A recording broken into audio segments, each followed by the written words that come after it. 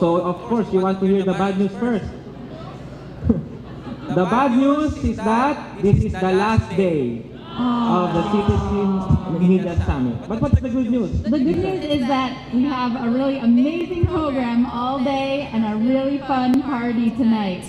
So tonight, we will celebrate the 10th anniversary of Global Voices.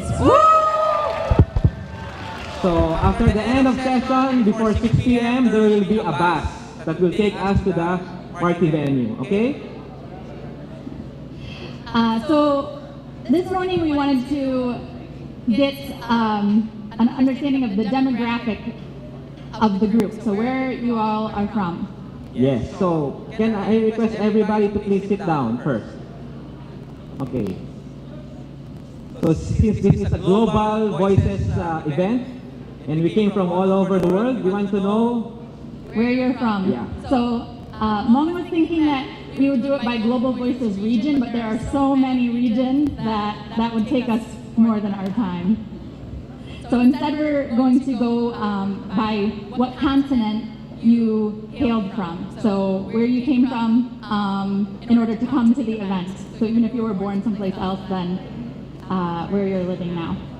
So, okay, so if your continent is mentioned, please stand up and wave to the crowd, okay? You can cheer too. Whoever is the loudest is the best. Okay, so so first, who is coming here from North America? please stand up, North America! And wave to the crowd, say, Maayong buntag! Maayong buntag. Thank you. And then those coming from Central America. Or all of South America. South America also. South America. South America. Those who are coming from Europe. Welcome. Maayong buntag. And then from Africa.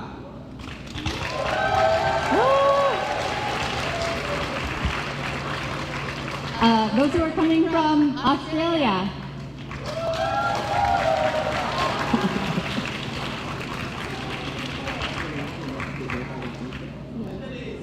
Okay. Middle East. And please remain standing. Those coming from Asia. But not Southeast Asia.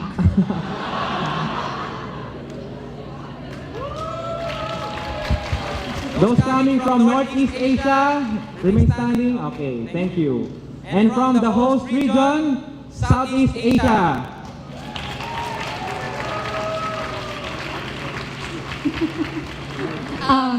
And then you already said for Southeast Asia, but who's here, especially from the Philippines? Philippines. Okay, mga kabayan, tayo lang kayo, mga kabayan. And then, harap tayo sa kanila, batiin natin sila ng mabuhay, okay? Isa, dalawa, tatlo. Mabuhay! So what we did was we greeted you in Filipino, mabuhay, which means welcome and long live. So next, we are going to start off with all of our favorite part of the program, which is special Rising Voices again. Weren't they great from yesterday? So, awesome. You want to hear another Rising Voices project? Okay, so please welcome again, Eddie Avila.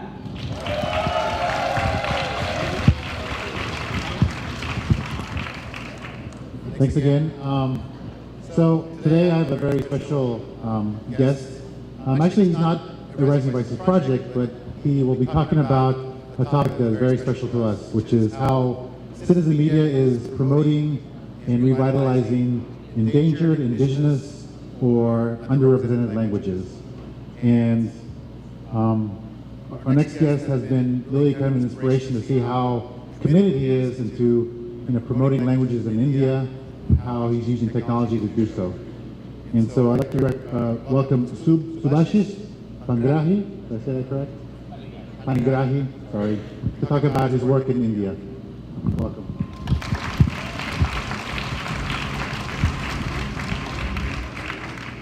Hey everyone, mabuhay. My name is Subhashish. I work for the Center for Indian Society in Bangalore, India. I have been working with the Wikimedia Foundation since 2012 for the India program, and then the program got shifted to the existing program called Access to Knowledge. It's primarily focused to support all the Indic languages and the communities that contribute to Wikipedia and its sister projects. I have been working with about 63 different tribes from the Indian state of Odisha who speak various diverse languages, about 15 different languages that are unique, and only 10 of them have scripts. So these 63 tribes who have about 50 different languages don't have a common language to talk among themselves. And the state's language is kind of dominating their native language. And most of these languages also don't have a script to write. And they don't have an application in their mobile phone or in their computer to write in their languages. And because of these reasons, these languages are slowly vanishing from the communities that speak these languages. And this particular thing would be happening in the rest of the world. So the problems that these languages face could be classified into three different categories, like the technical problems, but languages are also gateway to the linguistic and cultural heritage of a society, and languages are the medium to communicate the native practice of any kind of cultural stuff. And languages die out slowly because of the dominance of the official languages at times. Many of the countries have their official languages, and because of them, the smaller languages that are spoken by Aboriginals kind of slowly die out. This language, Boa, was spoken in the Andaman Nicobar Island, and when the last living person of that community died, the language died with that lady. And that's sad. A lot of hundreds and thousands of languages are dying slowly because of the dominance and many other factors. Language is also a tool to express the ideas to express everything that is native to one community in the best manner. A language is the best thing to express anything that is very native to any community. When you translate, there is always a loss in translation. And languages have been historically used for culture and religious texts and everything else, and to document all of these things for the future generations so they understand how their ancestors lived. The challenges that communities often face, and especially communities that are Aboriginal, is the advanced technology. Most of the languages don't have their writing systems in the computer. The scripts have not been standardized. Many of the languages don't have the Unicode support. Unicode is the encoding standard by Unicode Consortium, and is primarily used to have a standard set of rules, standard set of glyphs that define the alphabet, and that's not been done for many languages.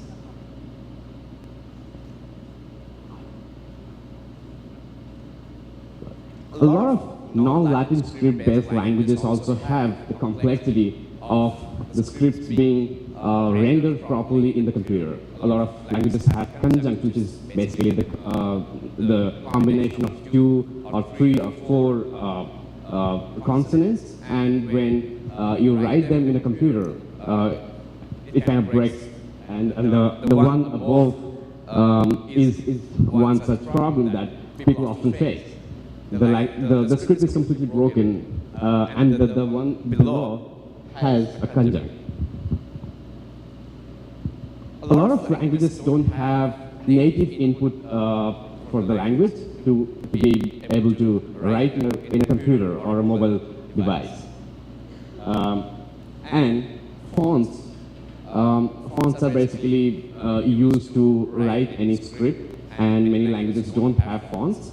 I have been working with this language called Santhali, which is spoken at least in 7 Indian states by about 5 to 6 million people. I'm not very sure about the statistics, but this language has its own script. It's one of the official scripts in the Indian Constitution. But the language didn't have a Unicode font until 2013 or something, and then Google came up with a font called Noto Altiki, which is the only available Unicode font for this language. And then we're working with a designer to design a font for this language that could be used for print and print publication and mobile applications for the computers and everywhere else.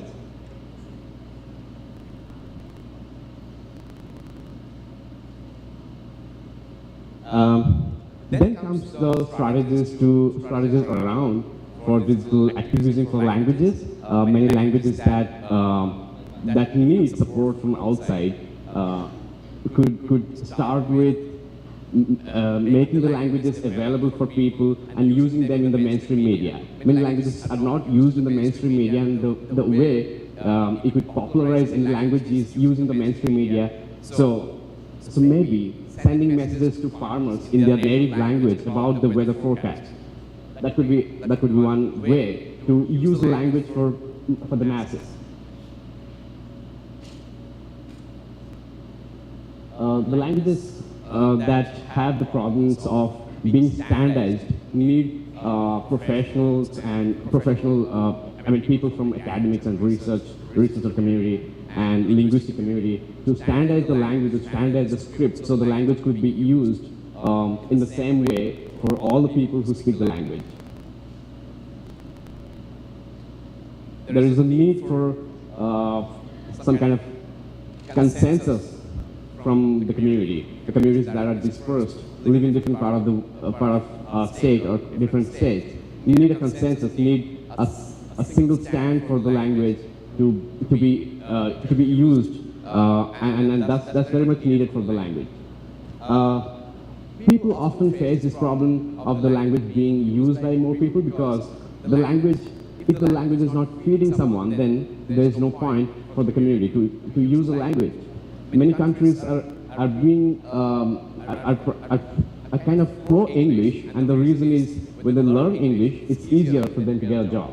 When they learn the native languages, it's difficult for them to get a job, and that's why many people are moving away from the language. So making the language part of the social system where the language could feed people could be another strong strategy for reviving many languages. Sorry, the picture is not kind of very clear. Many languages are kind of dominated by the state's official language, and that's the reason the languages are not used in mass media. So making multiple official languages, making policy level changes, enforcing that the language is used in many places could be another way to make the language more usable. And then collaborating with people from different communities, making the developers develop tools for people for native input, or for good quality fonts, or making the advertising media to make advertisements in the regional languages would be another way to make the language more popular among the people. And building tools for native input, I already have spoken about it. And there is always a need for capacity building. Native speakers who are aboriginals would never care to use the advanced technology for their language, and it has to be, there should be some kind of intervention from outside, people who are academics, people who are researchers, to make sure that these languages don't die out because the native speakers are not caring for the language. And there has to be some kind of system, some kind of ecosystem that has to be brought into practice, so the languages, you collaborate with the native language speakers and then learn their language and then write down. And historically, that has been the only way.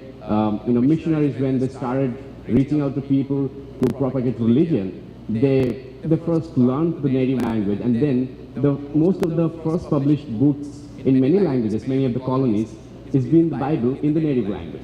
So that could be another way of approaching, but without the religious intention. So that's it. Any questions?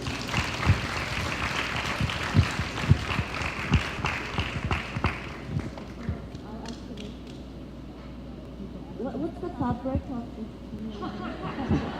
Okay, this is a cotton fabric. I forgot to mention about this. This is like after 100 years or something, a man is wearing this in a public function. This kind of extinct from, you know, it's not. I'm from, sorry? Thank you very much. All right. So this is a cotton fabric. It's called sari. The wearing style is called sari, and it used to be worn by, you know, men and women both.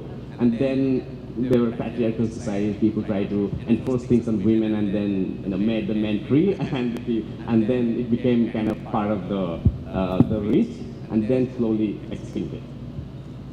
Yeah. So I thought when I'm talking about the indigenous languages, I could probably represent something from my career. Thank you very much. Another round of applause for our Rising Voices project.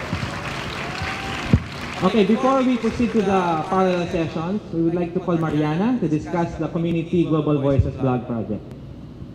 Hi, just really fast, everybody. A few people were asking how you can get to the community blog, so I just wanted to give a quick reminder. It's community.globalvoicesonline.org. So just put community in front of the regular Global Voices site, and you can post and see all the, we have a lot of great posts up from the summit already. So if you guys want to post or just read, it's community.globalvoicesonline.org. That's all. All right, so our next part of the program is going to be some more parallel sessions. So there are three. The one that's going to be here is Filipino Indigenous Languages in Citizen Media, and that will be moderated by Eddie. And then at the gallery room, we will have How Not to Write About Revolution. And then in the dignitaries room, which remember dignitaries is the one over here on the left, is Magna Carta's A World Tour, and that is moderated by Ellery. Okay, so the whole day we will have parallel sessions. You know the schedule in front of the social hall. So enjoy the rest of the day. Thank you.